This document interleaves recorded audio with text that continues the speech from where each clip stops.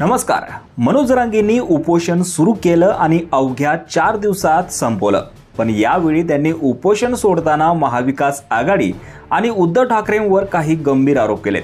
उद्धव ठाकरेंनीच आपल्या नेत्याला सांगून माझ्या मागे पोलिसांचे प्रकरण लावून दिले असा आरोप जरांगे पाटलांनी केला.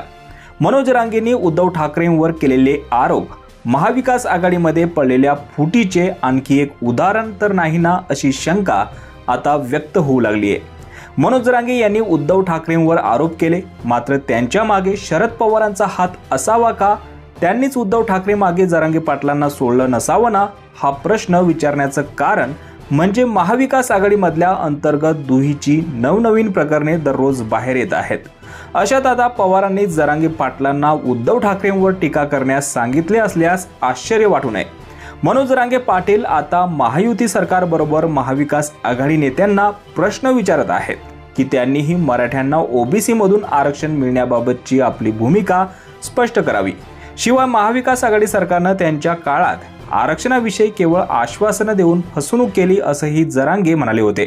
त्यामुळेच या सगळ्या परिस्थितीत आपल्यावरचे लक्ष वळवण्यासाठी पवार आता जरांगे पाटलांना अडून उद्धव ठाकरेंना लक्ष करत आहेत, जेणेकरून पवारांवर या प्रश्नांची उत्तरे देण्याची वेळ येऊ नये. दाखवण्यापुरती एकत्र असलेली महाविकास आघाडी आतून पूर्णपणे पोखरली गेली आहे.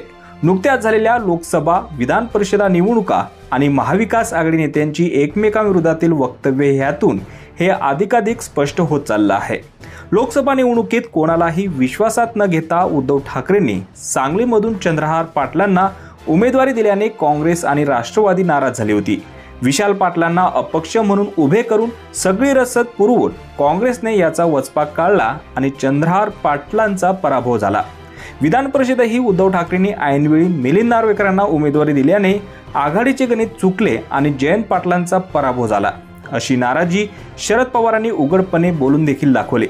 या अंतर्गत वादांचा परिणाम म्हणूनच आता महाविकास आघाडीचे नेते एकमेकांवर कुरघोड्या करण्यावर उतरले आहेत. याचाच भाग म्हणून शरद पवारांनी मनोज जरांगे पाटलांना उद्धव ठाकरेंच्या मागे सोडले असावे असं बोललं जात आहे.